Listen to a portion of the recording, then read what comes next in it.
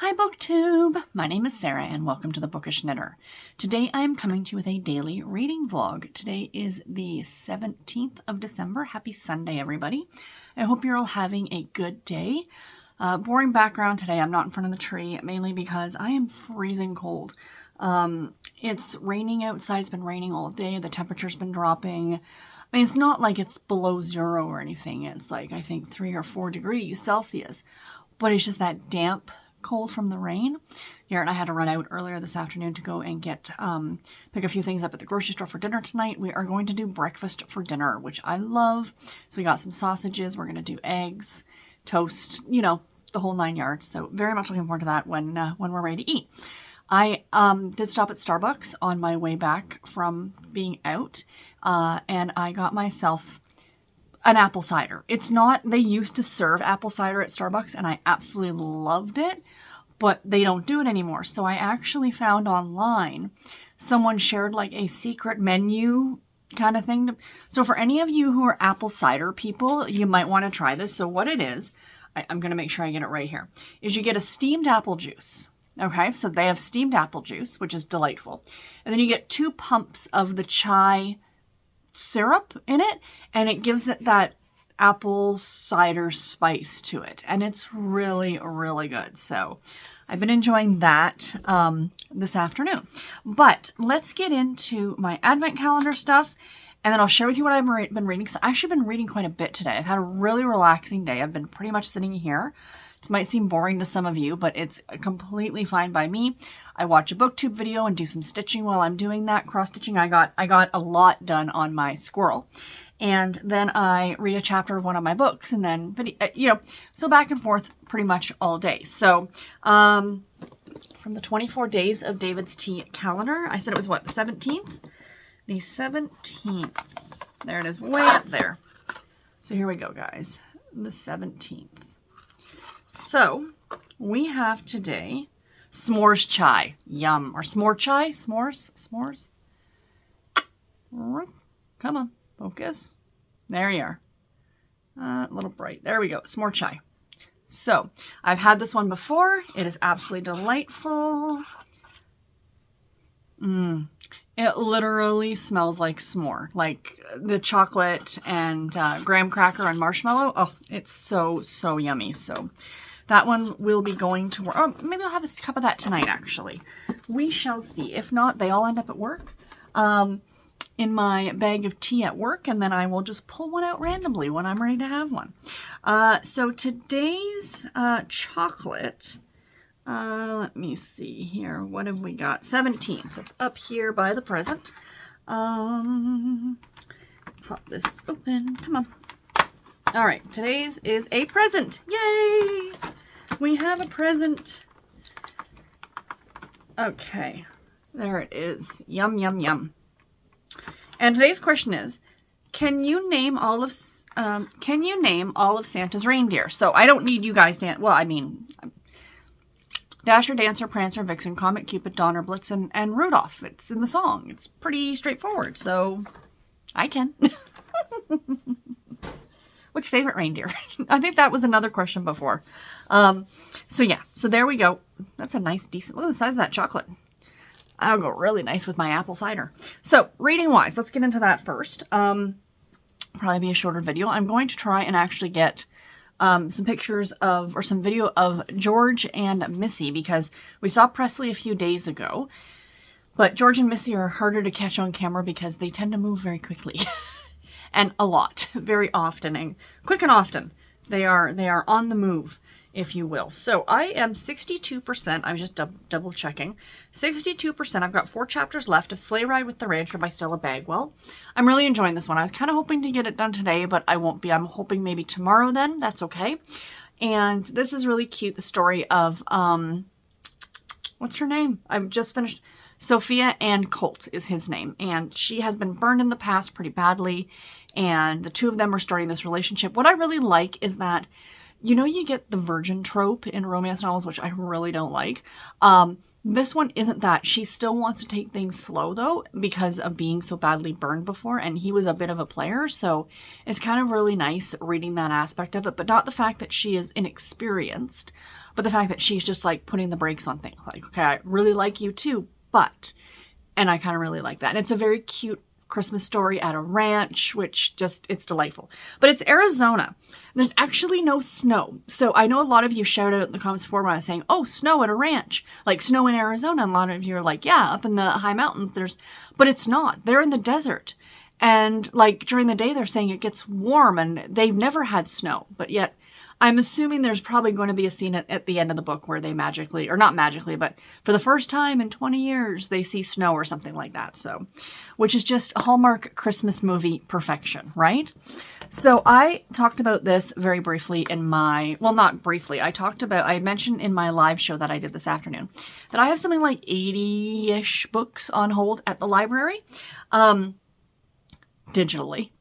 And, because I've just been putting books on hold because I want to read them, but I don't want to buy them because maybe sometimes by the time I get them, I might not want to read them anymore, or you don't want to read them right now and I can just put them back on hold or save them for later or something like that. So instead of me spending the money on something that I may or may not get to, this is kind of a better use of my time, essentially. So occasionally, I don't know if your Libby does this, but even if there's, pardon me, sorry, I got the hiccups. Even if there's a long hold on a book, like this one that I'm going to show you, I think it had something like a 14-week wait on it. So I would have been getting it way after Christmas, what I was fine with because I will read Christmas books all year long. But all of a sudden you get a skip the line loan is what they call it, where you can borrow the book in advance. Like they let you like skip the whole line and read it, but you only have 7 days as opposed to the normal 21 days loan period. So normally it's a 3-week loan period, but you're cut down to a single week. And I'm like, okay, I really did want to read this one. So I borrowed it and I thought, let me see if I like it. Because again, I talked about this in my live show about DNFing books, like if I'm not enjoying them. And immediately the first chapter, and I'm like, this book is so for me. So I was very excited. So the book that I have is It Happened One Christmas by Chantal Guyon. Now, the exciting thing is I did not know this, you guys. It takes place in Canada. It takes place in Quebec, actually, in a small town, Quebec, just over the border from Ottawa. So it is about our main character named Zoe, who is a movie producer. Very similar to the Terry Wilson book that I wrote. Yes, the Terry Wilson book that I read, called Merry Christmas Baby, where she works for a movie studio that exclusively does Hallmark type movies. Exact same idea. She is a producer, but she's written a screenplay for a book based on a romance, but it's based in this small town that she spent her favorite Christmas ever at when she was a child. So at the very beginning of the book, this is not a spoiler, it's in the first chapter, she and the production guy are talking, and the town is called Chelsea. And he thought she meant Chelsea, New York. And no, she meant Chelsea, the small town in Quebec. And so they had got all these locations for New York, which was not going to work for a small town in Quebec, right? Like big city versus small town, essentially. So it's like 3 days before Christmas, and the production guy's like, you know what? I need these locations scouted. I need to have firm... yes, we can use these locations but on my desk by Christmas. And she's like, I will fly up there and I will get them. So she is now in this little town. And I think the whole plot of the book is like her having a run-in with the mayor. Like he doesn't want any filming to happen in his town. He wants us to keep his town small and off the map. Not off the map, but I think you know what I mean. So far I'm 2 chapters in and I am loving it. So this book does do that one thing that is a pet peeve to me. I don't know if this device, this is my Kobo. Yes, this is my E2. Couldn't remember. My Kobo HD Clara and my E2. They're the same size, same everything. The only difference is that there is the on button for the E2 is on the back. But this is slow as molasses to turn on, and I do not know why. It's like thinking. But this book does one of those things that kind of drives me crazy, where the chapters are all like crazy different lengths, essentially. So if you have a Kobo device, They do something magical that I wish Kindle would absolutely do because it's probably the easiest technology in the world to adapt. And they tell you how many more pages you have left in a chapter. I have complained about this before, but if you are reading a Kindle book, oh good, it opened. If you are reading a Kindle book and you look at it, it tells you, you can change it at the bottom. It'll tell you you've got like, what does that say? 13 minutes left in chapter. You can also change it to 1 hour, you know, to whatever log in the whole book. Your location, I don't even know what that means. And then nothing. Or page, or the page number. So that's fine. But it's like based on how, like, let's say there's 200 pages in the book, I'm on page 115, right? So no matter changing the font size or whatever, it will still be page 115. With the Kobo device, which is part of the reason I love it so much, is that if you can see the top there, you guys, it says chapter 3.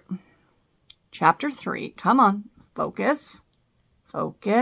Chapter 3, page 1 of 47, okay? So let's pretend I'm going to increase or decrease the page size. So or the font size, I should say. Let's increase the font size by a couple, just to show you guys the difference here. So I increased the font size. So now if you'll notice, the top of it says chapter 3, page 1 of 66. It tells you how many times you are going to turn the page before you reach the end of the chapter. Is that not amazing? I mean, yeah, it's great telling me I've got 13 minutes left of reading, but that's never as accurate as it should. Like, I prefer that because for some reason, let me turn the font down a little bit now because it's a little bit high.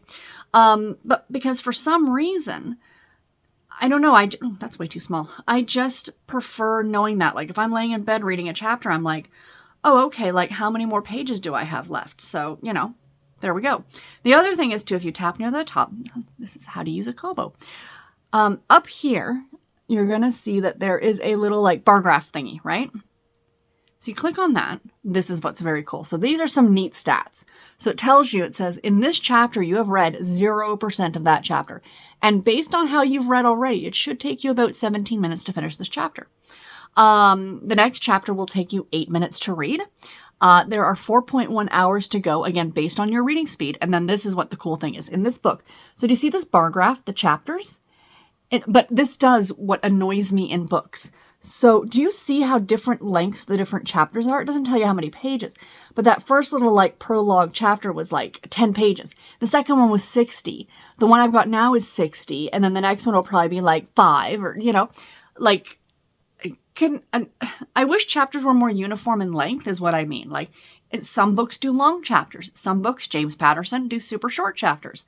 So anyway, that was a little walkthrough on how to do the use of a Kobo. So yeah, so that was a whole long explanation. And here I said today's was going to be shorter. You guys should know when I say that to settle in and grab a cup of tea. As I reach off camera. My squirrel. Guys, look at how much work I've gotten done on him. So if you saw yesterday, I only had like since I showed you guys yesterday, I have finished like all of this, his back. I added in the beginning of his little arm and his little head. And I'm going to do some more stitching on him tonight. But I wanted to show you this now, so I will show you this again tomorrow.